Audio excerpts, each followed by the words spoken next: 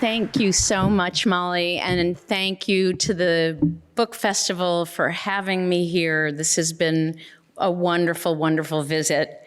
I had a Bloody Mary for breakfast, so that's just fair warning. I want to begin by reading a short section from the book and then talk to you a little bit about how I came to write it, which I think will give you a little bit of insight into what matters to me as a writer and also how this book came to be.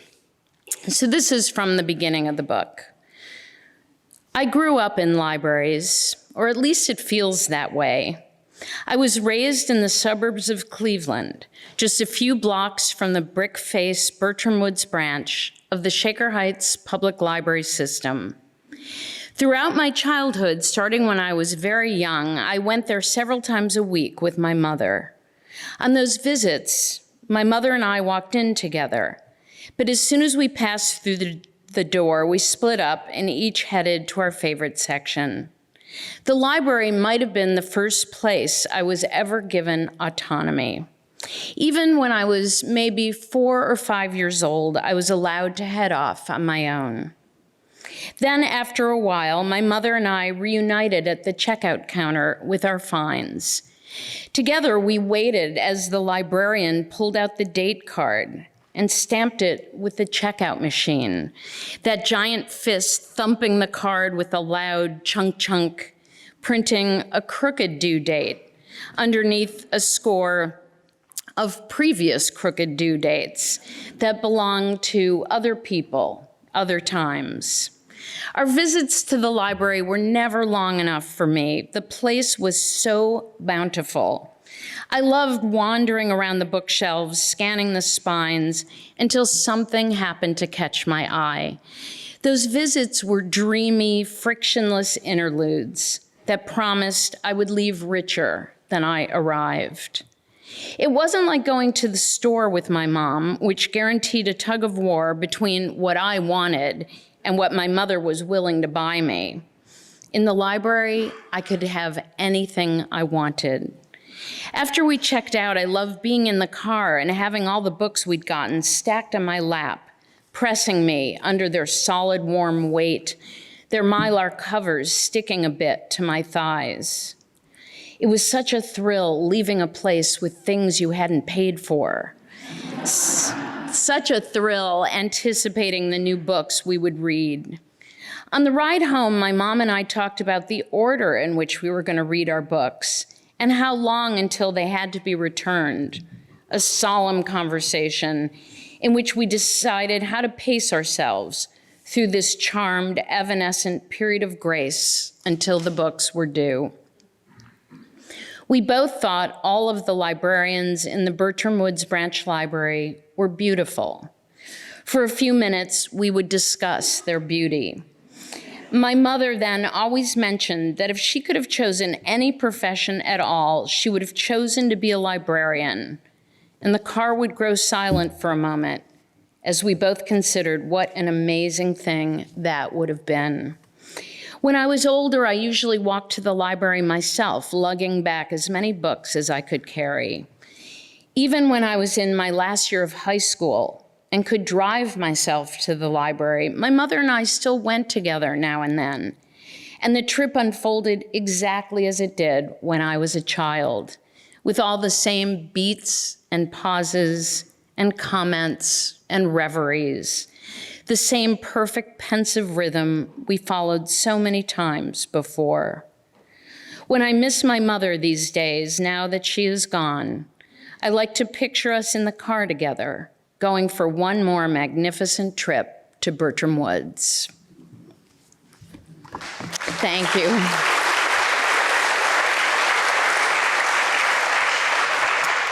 Thank you.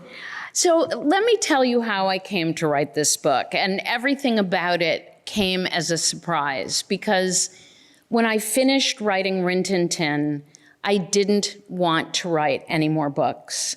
I was so exhausted. It was such a huge undertaking. I just didn't think I wanted to do it again. And I didn't believe that I would find a subject that I would want to throw myself into with that amount of energy and time and commitment. So I spent a great deal of time just convinced that I was not going to write another book. Then one day I was in the library and I looked around and I had what I can only assume is a sort of journalistic itch, which is I often will look around in an ordinary place and marvel at it and think, God, I really don't know anything about this place. And I thought to myself, I've been in libraries hundreds, thousands of times in my life, and I actually have no idea how they work. I thought that would be such an interesting book, a year in the life of a library, just everything about what goes on in a library. I thought, it's a great idea. Someone should do it. Not me, but someone. So I put it out of my head. Around that time, my husband and I moved to LA. And my son was entering first grade. So he was 5 years old. And he had a homework assignment very early on. He was assigned to talk to someone who worked for the city. And I thought, well, he's a 5-year-old boy. I said to him, why don't you interview a garbage man? And he sized me up and said, how about if I interview a librarian? And I thought, I am such a good mother.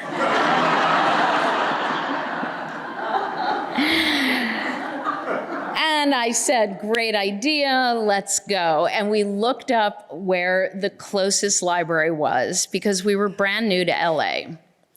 We headed over, and as we were heading there, it occurred to me, just idly, that it was about the same distance from our house as the Bertram Woods Branch Library was from my childhood home. It doesn't look, this was the Studio City Branch Library in LA. It doesn't look like the Bertram Woods Branch. But the minute I walked in, there was something about the place, the smell of it, the sound of it, the feeling of it, that reminded me so profoundly of those trips to the library with my mother that I was almost struck dumb. I hadn't thought about those trips in a very long time.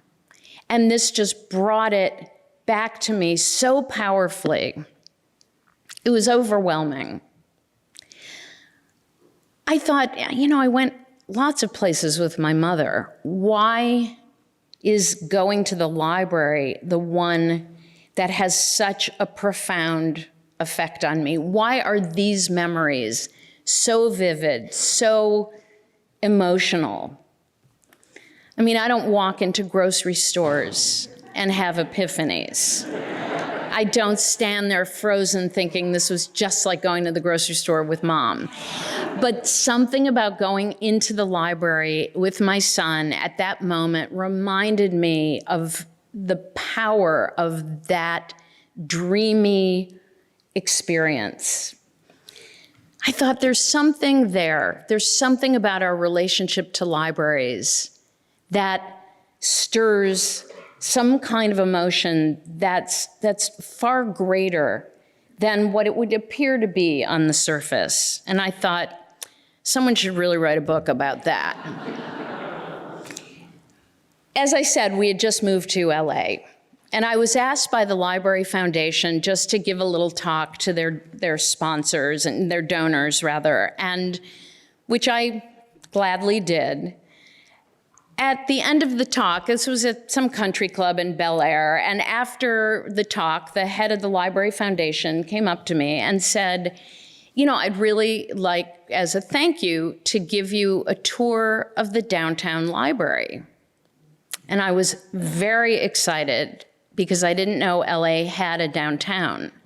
And I accepted enthusiastically, and I met him the following week. Now, the LA Library does not look like a typical big city library. It doesn't have that sort of temple of knowledge kind of look, the way the New York Public Library does, or Chicago or Cleveland. It's a very eccentric building. And I instantly was smitten. It just architecturally, it looks like an architect fell asleep with a book about King Tut and a book about Art Deco under his pillow, and then woke up and designed the building. So it's a very, very dramatic, unusual building. And as we were walking through, and the head of the library was telling me about the different head librarians and the different patrons, and it just felt like the place was alive. It was just talking to me. And it was incredibly thrilling. And just the feeling that this was a portal through which so many lives had flowed. And I just felt exhilarated. So we went into the fiction section, and we stopped in front of one of the stacks, and Ken Brecker, the person giving me the tour, pulled a book off the shelf. And he held it up, took a deep whiff of the book, and I thought, I'm new to LA, I don't know. What do I do? Do I take that book and smell it? Do I take a different book and smell it? I kind of stood there awkwardly, and he said, you know, you can still smell the smoke in some of them. And I said, did you used to let people smoke in the library? And he said, no, smoke from the fire. I said, from what fire? He said, from the big fire in 1986. And I said, well, what fire?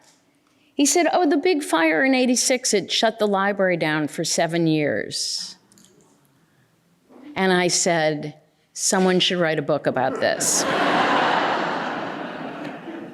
So let me tell you a little bit about this fire, because I ran home and immediately began doing some research on it.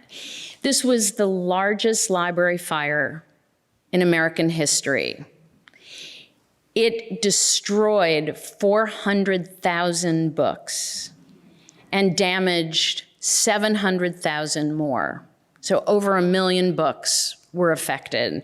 And as I said, the library was closed for 7 years. It was determined soon after the fire was put out that it had been arson. And I should say, putting the fire out was an epic undertaking. It burned for 7.5 hours. So not only was it the largest library fire in American history, it was the largest structure fire in Los Angeles until very recently. Every single fire station sent trucks and firefighters to it.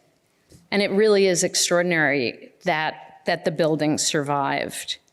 But of course, the question immediately arose, who would burn a library and why? I want to read a short section about the fire. And I know we don't have endless time here, and I want to save some time for questions, but I just want to read a little bit about the fire. At first, the smoke in the fiction stacks was as pale as onion skin. Then it deepened to dove gray. Then it turned black. It wound around fiction A through L, curling in lazy ringlets. It gathered into soft puffs that bobbed and banked against the shelves like bumper cars.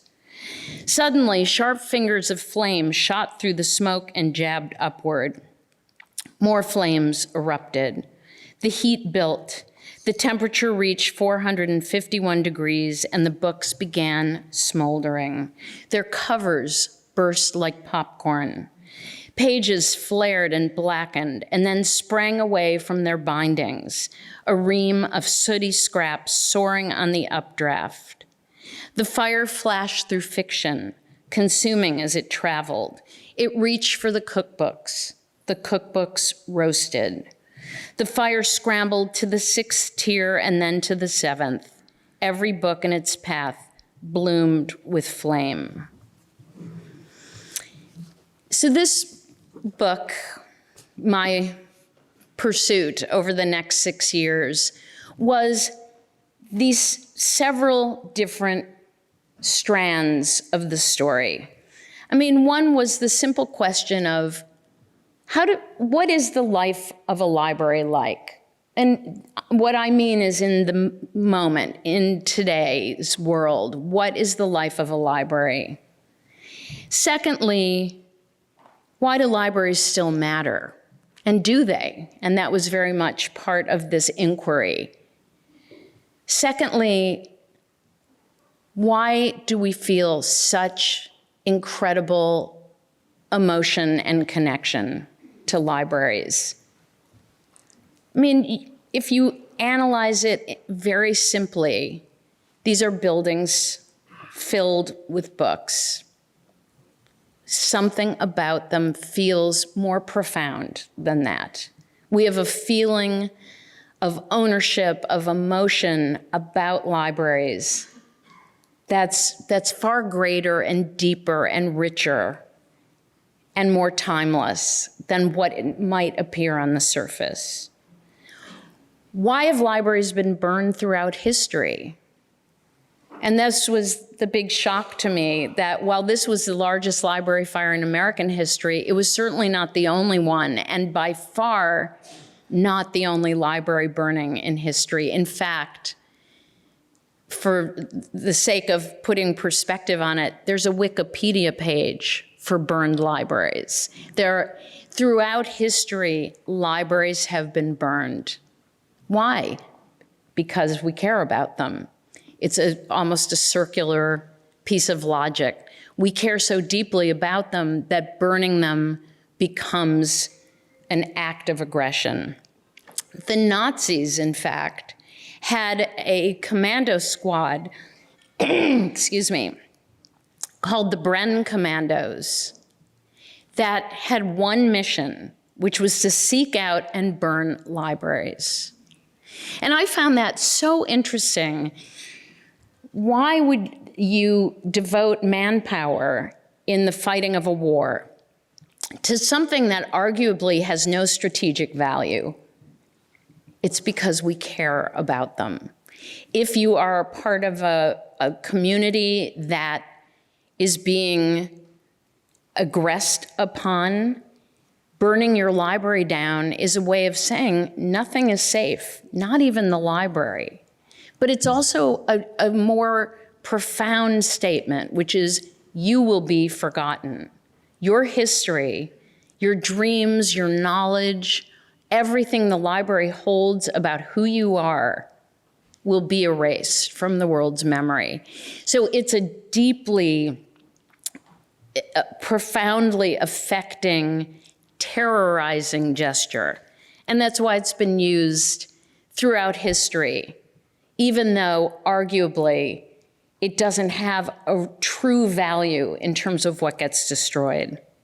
Actually, one of the great burners of books in the world's history was Mao. And interestingly, Mao was a librarian. Yeah. He was a librarian as a young man at the Beijing Main Library, and he became one of the great book burners in history, burning everything that he felt was old, in his definition of old. So as I was working on this book, I also spent a great deal of time following the story of the arson and the prosecution of the young man, a wannabe actor named Harry Peake, who was accused of setting the fire.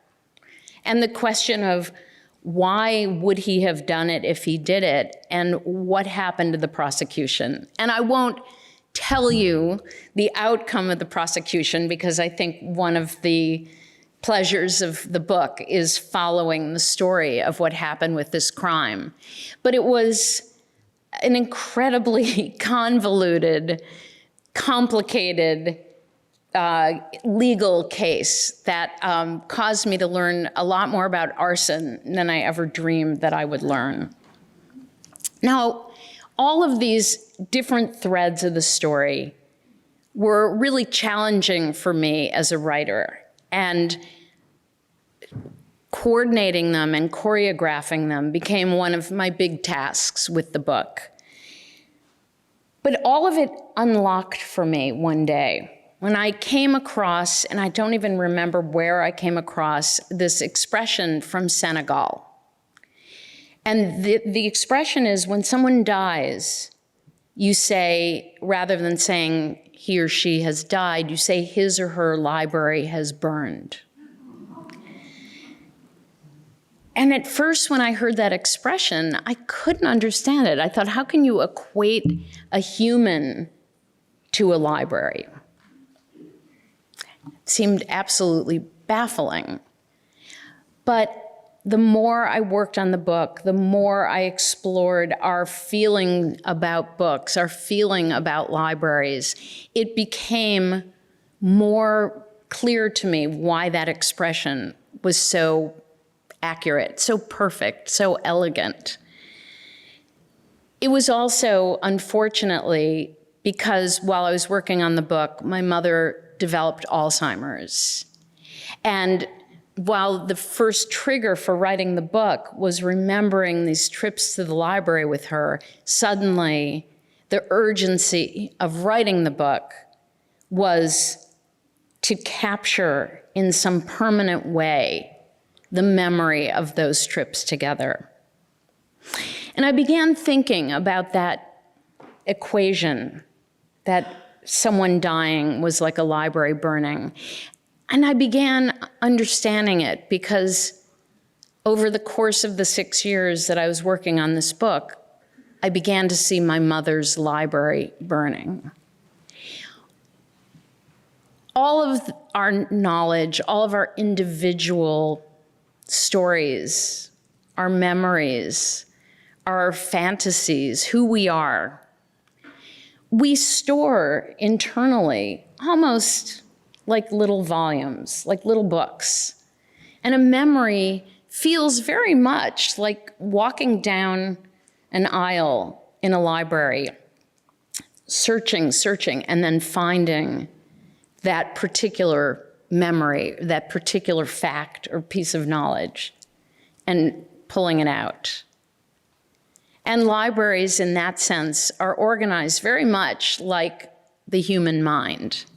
The way, the concordance of volumes, that you see one book and it leads you to the next and the next and the next. It was that understanding that suddenly made me think, well, when we lose someone, we are losing a library, a personal library of memories and knowledge and the thoughts of who that person is.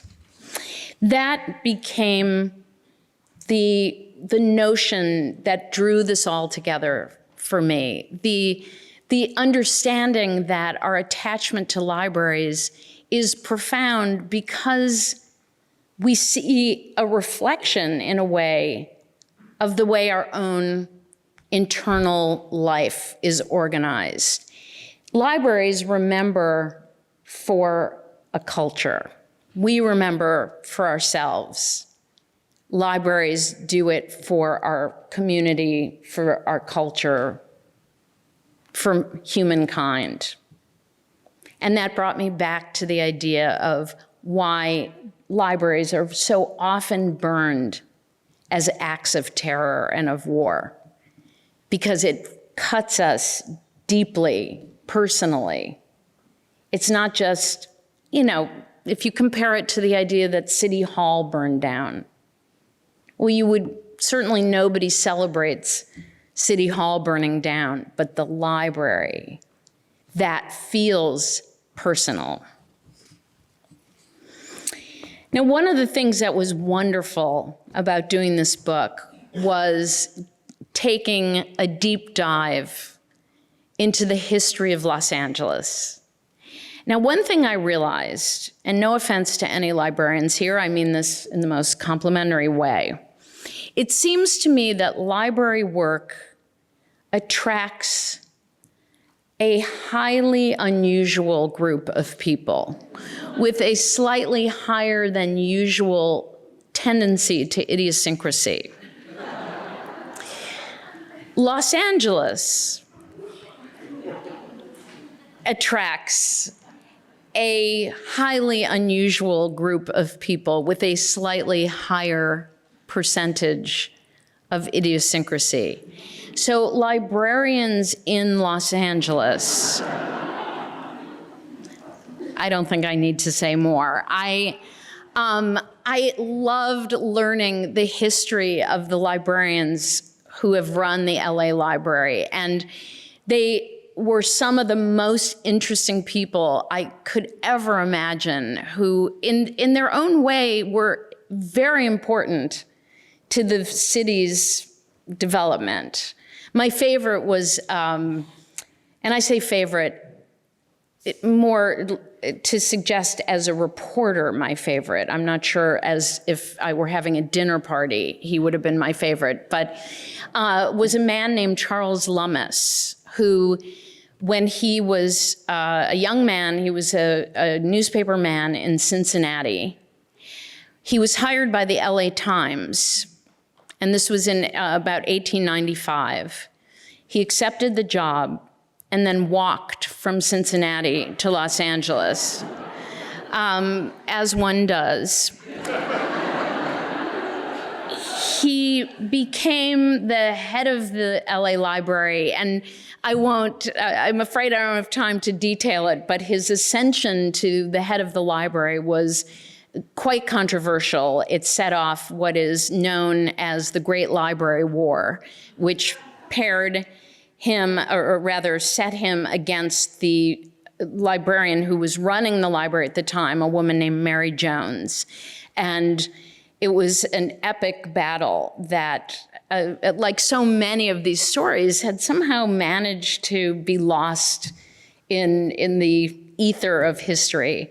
But Charles Lummis, when he took over the library, believed, he was passionate about the library. He had no training as a librarian, but he believed deeply in the mission of a library as a democratic institution, which at that time was rather unusual. When the library began, like many libraries, it was open only to men.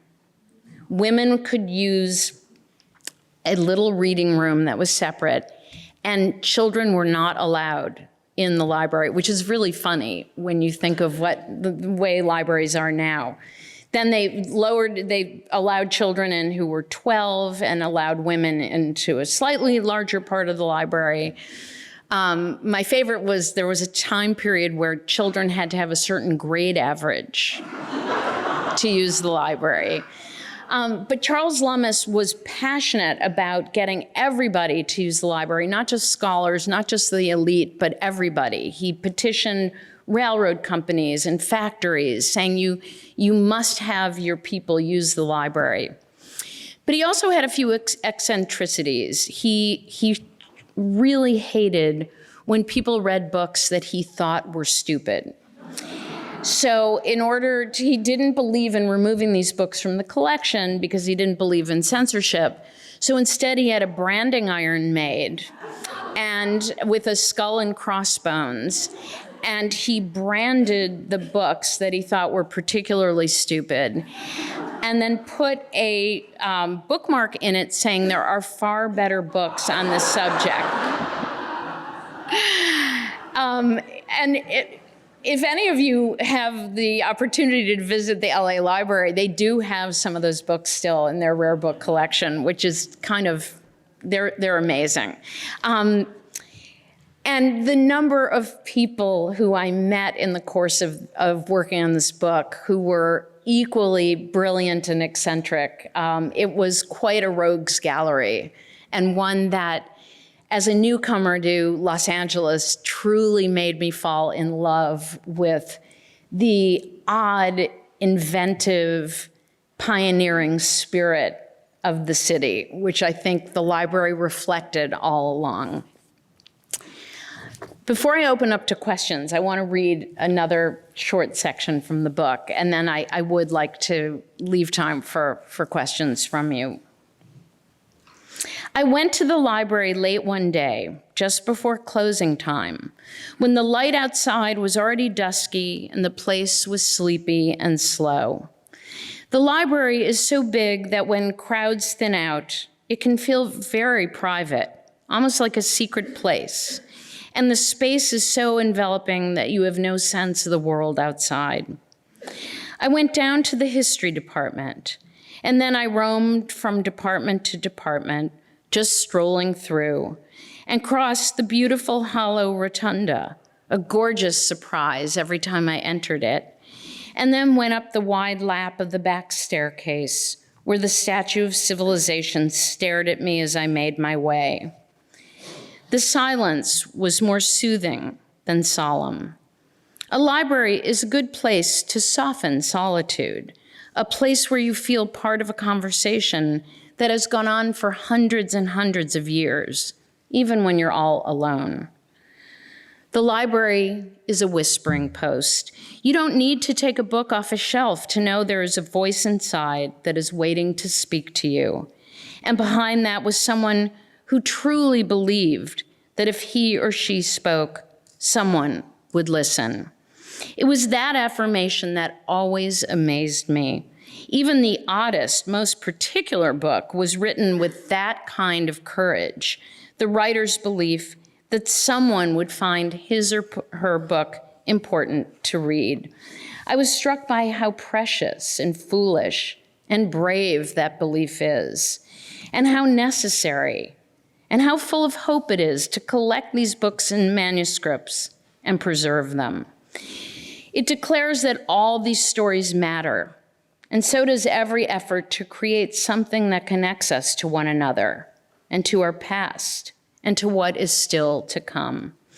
I realized that this entire time, I had been convincing myself that my hope to tell a long-lasting story, to create something that endured, to be alive somehow, as long as someone would read my books, was what drove me on story after story.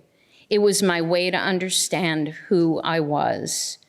I thought about my mother, who died when I was halfway done with this book, and I knew how pleased she would have been to see me in the library.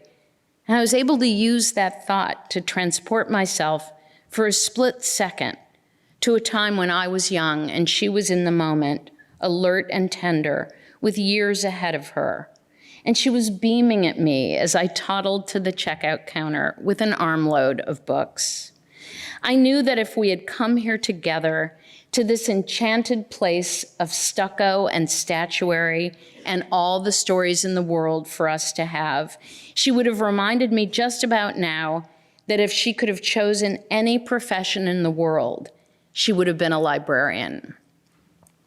I looked around the room at the few people scattered here and there. Some were leaning into books. A few were just resting, having a private moment. And I felt buoyed by being here. This is why I wanted to write this book, to tell about a place I love that doesn't belong to me, but feels like it is mine, and how that feels marvelous and exceptional. All the things that are wrong in the world seem conquered by a library's simple, unspoken promise. Here I am. Please tell me your story. Here is my story. Please listen. Thank you. Thank you.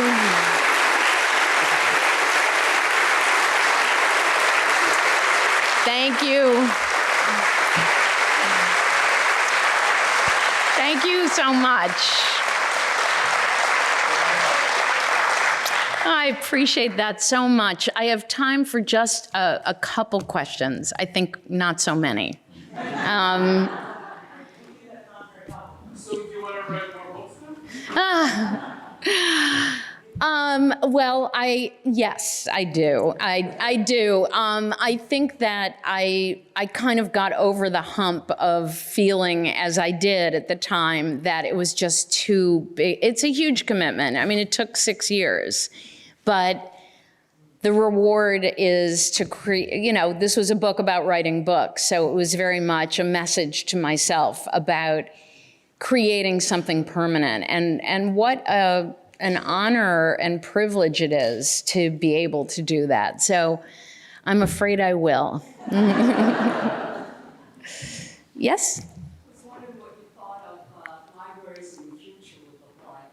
I know some places librarians aren't even called librarians anymore. They call, information science. Information specialists, yeah.